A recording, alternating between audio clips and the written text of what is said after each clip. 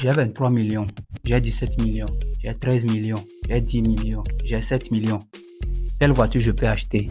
Voilà une des questions que les gens me posent souvent lorsqu'ils souhaitent acheter une voiture mais ne savent pas comment s'y prendre.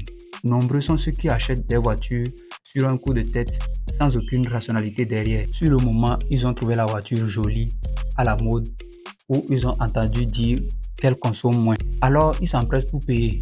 Et quelques jours plus tard, la voiture tombe en panne 5 jours sur 7. Ils ne peuvent plus se rendre dans certaines zones à cause de l'état désastreux de la route. Les pièces détachées de la voiture coûtent cher et ne sont pas disponibles sur le marché local. Ou pire encore, les pannes mécaniques et électroniques qui surviennent à répétition. À l'inverse, quelqu'un de rationnel se posera des bonnes questions avant de passer à l'action. Quel est l'état de la route que j'emprunte tous les jours? Combien d'enfants j'ai actuellement? Quel est l'état de ma santé physique?